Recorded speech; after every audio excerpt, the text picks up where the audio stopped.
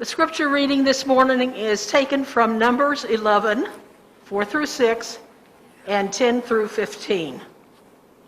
The rabble among them had a strong craving, and the Israelites also wept again and said, "If only we had meat to eat. We remember the fish we used to eat in Egypt for nothing. The cucumbers, the melons, the leeks, the onions, and the garlic. And now our strength is dried up, and there is nothing at all but this manna to look at." Moses heard the people weeping throughout their families, all at the entrances of their tents. Then the Lord became very angry, and Moses was displeased.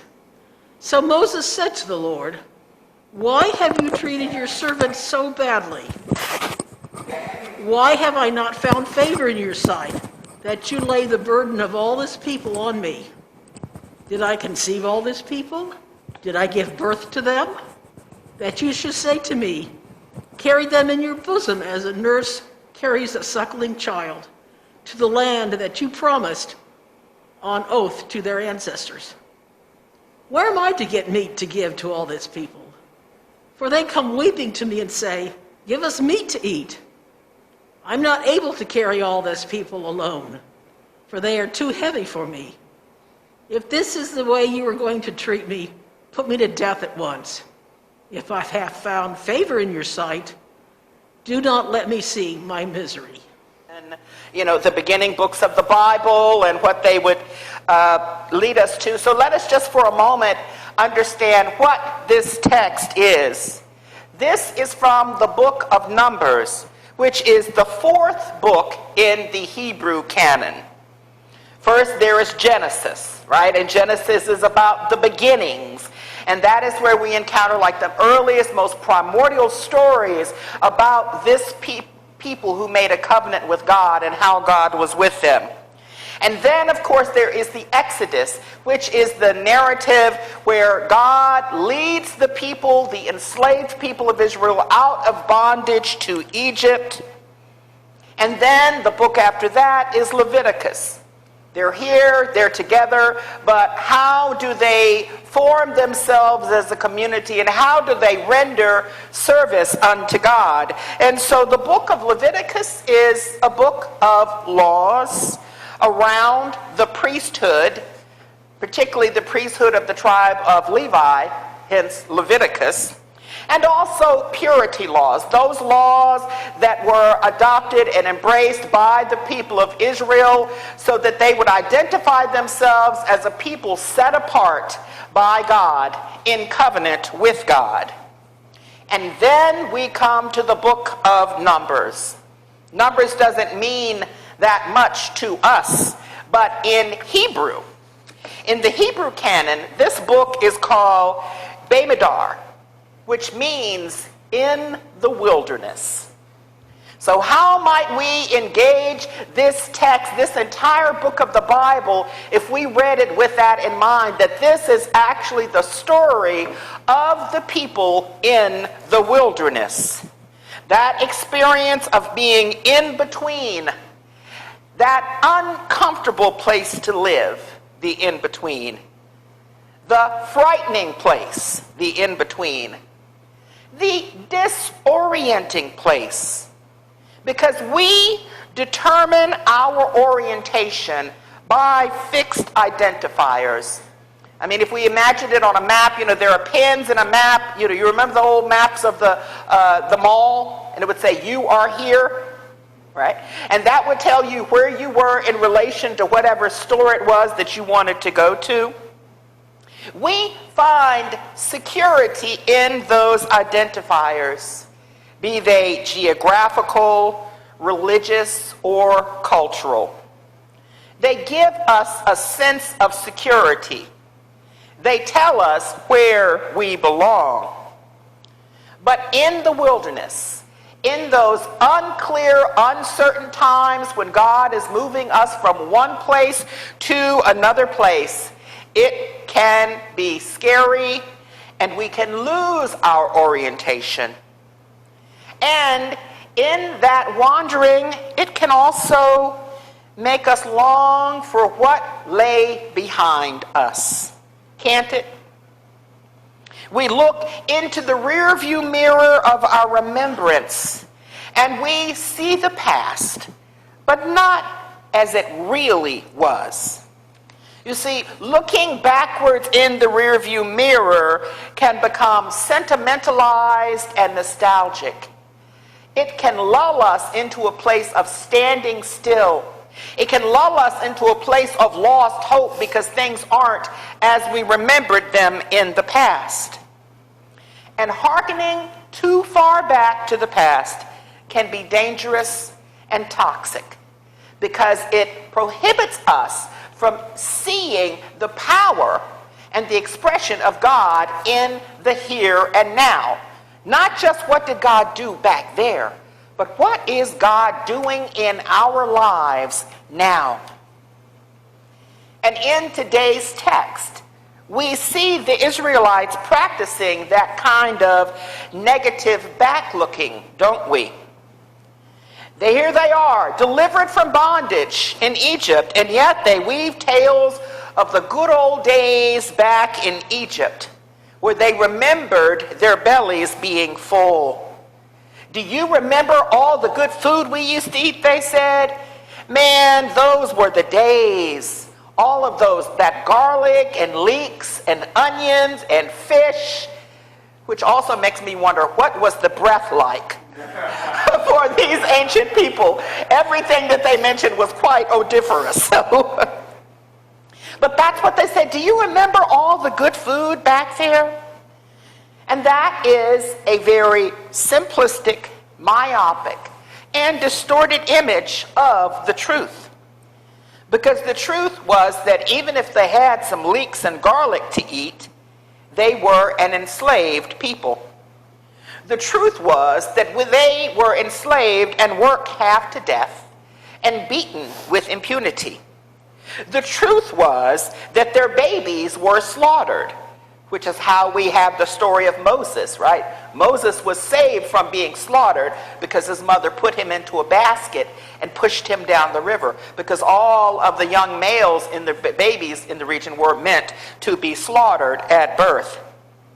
And so, yes, there probably were some garlic and melons and fish. But our nostalgic longings, the way we look at the past, never tell the whole story. Because nostalgic perspectives don't require faith, because they are always backward looking. And our faith is a forward moving faith as we walk through this life, as we journey on with God present with us, knowing that ultimately we will be led and received by God. And the Bible reinforces this message over and over and over.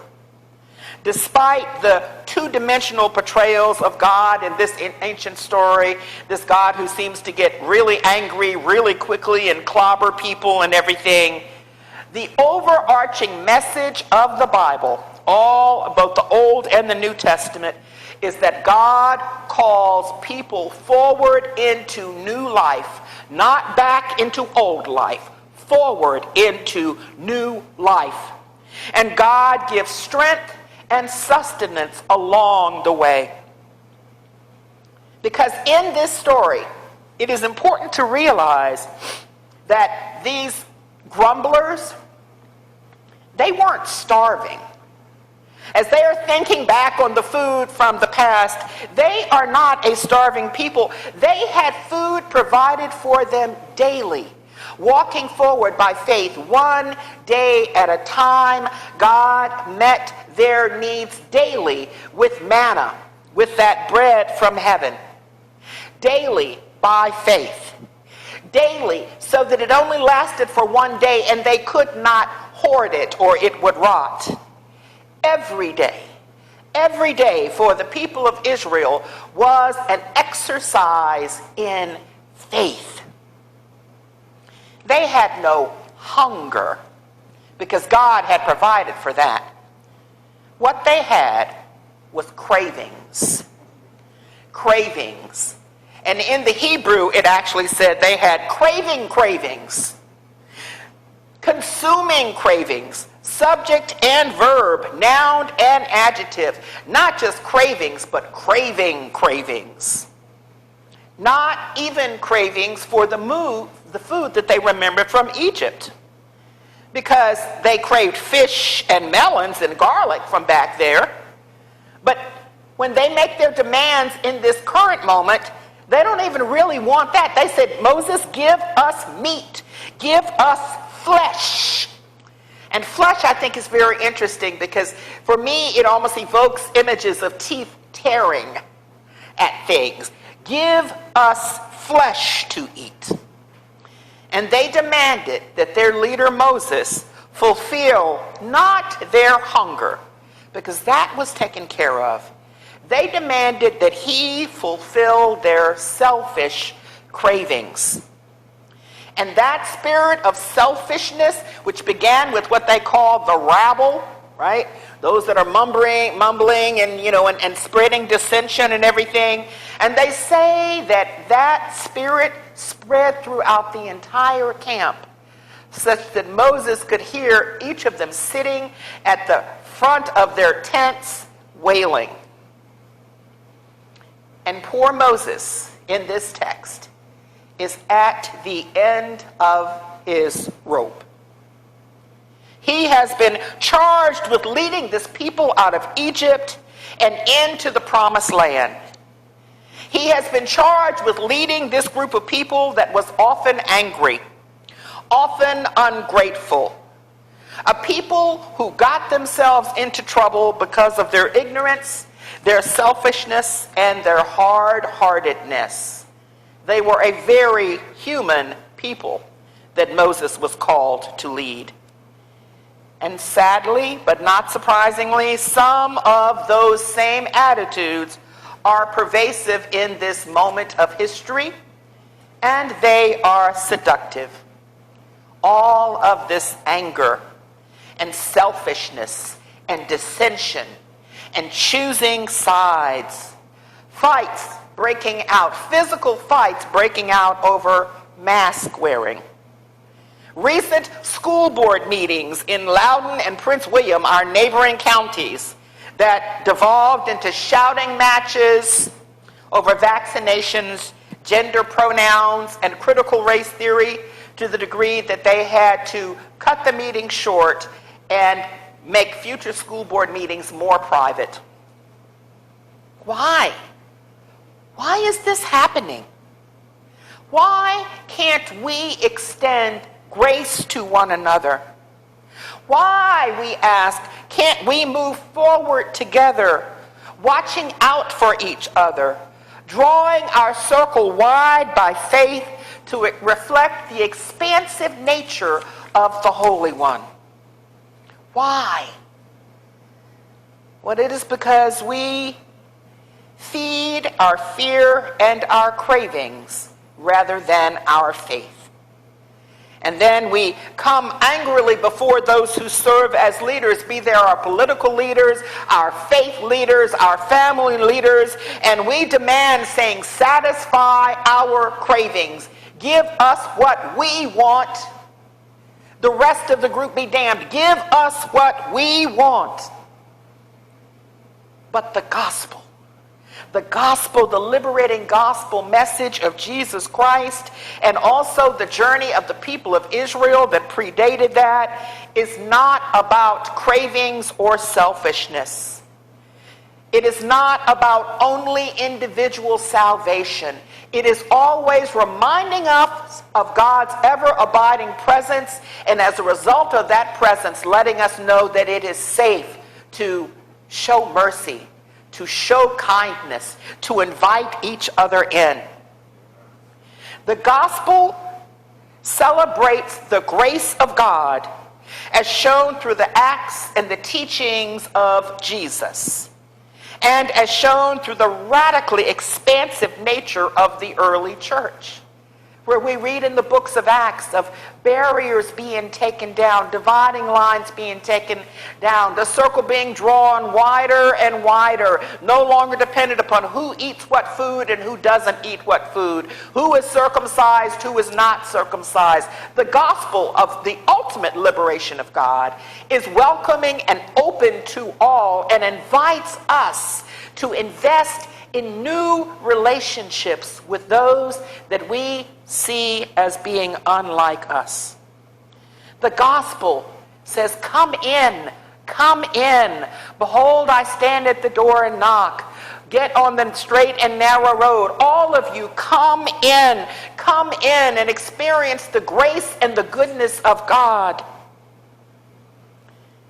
Let us together, it seems to say, experience the goodness of God, not just individually, but in community.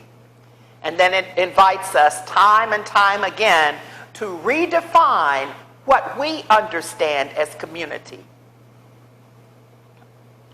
So let us feed and clothe and shelter each other, even if it means that we are then called to live more humbly by laying aside our anger-inducing cravings. I will tell you, beloved, that I have travailed over the environmental issue that faces our world at this moment, wondering about the way forward and realizing that the way forward, so that all may have enough, so that all may have a place to leave, recognizing that the way forward so that we are then able to receive refugees who are in need of care, who are the very people that Jesus taught us about, who are the very people that God instructed the children of Israel, always take care of the homeless and the poor and the orphans. God is with us. And it might mean that we need to live more humbly. It might mean that we have to consciously, as a community, as a world, determine how much energy should we consume. How much do we really need to drive our cars? How big do our dwellings really need to be when there are people living on the streets, even as we speak? It is not easy what God asks of us. It goes against our primal tribal instinct, our instinct for self-preservation. But Jesus talked about that, right? He talked about, if anyone wants to follow me, let him take up his cross and deny himself. But this is the way forward to life, God tells us. And that is God's promise to us in the wilderness. Even in this wilderness moment, when we see so many things far outside of our realm, and even things that are closer into us, as we see them changing and wondering what will become of us. Beloved, God is with us. God is with you. God goes before us. And if we are receptive to God's loving spirit, if we decide to work and do the work within, the work that transforms us within, that puts to death our selfishness, our fear, our wanton cravings, it is then that we can come together across differences and ensure our survival. Moving toward that day, step by step, day by day, hand clasp to hand clasp, toward that moment in time when we can ensure the health and survival of all. And the gospel says that it is possible. It isn't clear-cut. It isn't easy, because it hurts to stretch outside our comfort zones. And the older we get, the more inflexible we become in our bodies. I hesitate to tell you all what I have to do when I wake up in the morning to get all of my joints moving good and everything. But I get them moving, and then you just walk on by grace. It hurts to stretch outside of our comfort zones. It can hurt to be invited to reimagine who we are and what we are called to. And if you, like Moses, are a leader in your community, a leader in your faith community, a leader on your job, if you are a leader who is carrying the burdens for the sake of others, which can be thankless work, know that it is okay to vent your frustration to God. God knows how hard it is. God understands the frustration. God understands the dismay. God understands the feelings of failure when you realize that you have not met the mark that you had set for yourself.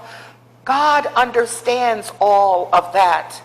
And God does not punish you for your emotions. It is safe. It is, in fact, the safest place to pour out your heart, your frustrations, your fear, your own short-sightedness, your hidden agendas that you may become aware of even within yourself that prohibit the work of God. So cry out to God. I entitled this sermon, Speak Your Peace and Find Your Peace. Sometimes we are inclined to think that when we approach God, we must do so in the holiest of ways with puffed up language, and that we must always be humble and just, oh, Lord, your will be done. But that's not what our text indicates to us. In this passage, Moses is struggling. Moses is angry. Moses even cries out and said, God, look, I didn't call these people out. You called them out and you used me. You told me to lead them, right? But I'm not the one who did this. I'm not the one who gave birth to these people. I'm not the one who called these people out. And now it feels, God, like you were saying, I must be responsible for this huge mass of people and suckle them by myself. And he's like, I am tired. I can't do it. If this is what it looks like going forward, Lord, please take me home. I don't know about you, but I've had a couple of moments when I've just said, Lord, please take me home. And God says, nope. Don't try to be holy in your dealings with God. Be as raw as you need to be. Cry out, flail, express your disappointment, express your fears, whatever it is that is locked up inside you that keeps you from breathing deeply of the peace of God, that keeps you on pins and needles, that troubles your sleep at night, all of those things you can confess to God and say, this hurts, this stinks, I'm only human and I need some help. Cry out in a self-emptying fashion. Cry out until you are utterly surrendered and empty. And then believe that God will fill you. Believe, like in this story, where after Moses cried out on all of this distress, God heard and God responded. God told Moses to gather 50 of the elders with him, and that he would then impart his spirit blessing that he had put on Moses, that he would impart a portion of that to those elders, and that they would then help them lead. In the story of Elijah, again, one of the great prophets of the Hebrew people, and remember when he was wandering through the wilderness and he was so distressed and he was laying down under trees in the desert saying, Lord, please take me now. And rather than doing that, God gave him strength. day by day, a little water, a little bread, so that he could make it to the mountain of God. Remember that? And he crawled into that mountain, and God said, "What are you doing here, Elijah?" And Elijah laid it all on the line. "Look, I have been working hard for you. I have stood up against the priests of Baal. I've done everything that you have asked me to do. And now, what has it got me? I've got a whole bunch of people on my tail who want to kill me." And he, again, was like, "I'm done." And then God said, again, "Step out and listen." Listen. And in all of Elijah's rantings and his anger, God responded, of course, with the thunder and the lightning, but he could not hear God in that. It was only when he was spent and silent that it says that that still small voice of God came to him. And we talk about the small voice, but the still small voice of God, still centered, peace, home, the still small voice of God that is still vast enough and powerful enough to hold us, to guide us, and to lead us. And after Elijah experienced that still small voice of God, then God spoke and said, "Oh, and by the way, you're not the only one left. Come down out of the mountain, because I have prepared a person before you who will walk alongside you and help you in your ministry." You see, beloved, when we live by faith, when we pour ourselves out and then listen for the guidance of God, we will find that we are not utterly alone, and that there are people standing by who are ready to aid us and to help us in the work to which we have been called. Pour yourself out, look around, and you will find your help. So as we walk forward in this time of COVID, this time of struggling congregations, this time of infighting at school board meetings, as we walk through this troubled time, and believe me, there have been troubled times before this one, what do we take from our past? If we are not to look back in reminiscence and dwell too much on the past, do we totally disregard it? No. We take from it the lessons learned. We cultivate an attitude of reflection that allows us to look back on our lives and identify the times when God, the power of God, or the people of God showed up for us in the past. And probably everyone in this sanctuary, if you sat and you thought long enough, you will see that there is a path that you have been following, and that God has met you at various places along the journey and has proven to be faithful to you. That is what we bring from our past. The power of God, the faith in God, the assurance of God. The assurance of God's presence and also his manifestation. And before we can do that, sometimes we have to ask ourselves this question: what am I craving? What am I craving? What selfishness, insecurity is leading me to want to grasp and to clasp and to freeze in place rather than to walk forward with God? That's just a question that you can ask yourself. And once you identify what that is, you then have the power to release it. You have the power to pray about it. So think about your cravings: fear of change, fear of livelihood, wanting everything to look like it once was, and surrender those cravings to God to make space for what God actually has in store for you.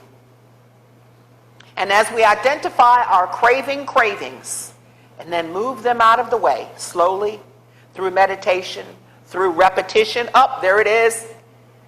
It just came into my mind again and made me think less of someone. It just came into my mind again and made me more selfish and unwilling to help. When we identify those cravings, we can then move forward to think in a more Christ-like manner, which is, what is most loving and welcoming? What is the most loving response to whatever situation we find ourselves in? What is most welcoming and comforting to the greater whole? Letting go of our cravings allows us, again, to be transformed and to begin to walk and think and move and act with the mind of Christ.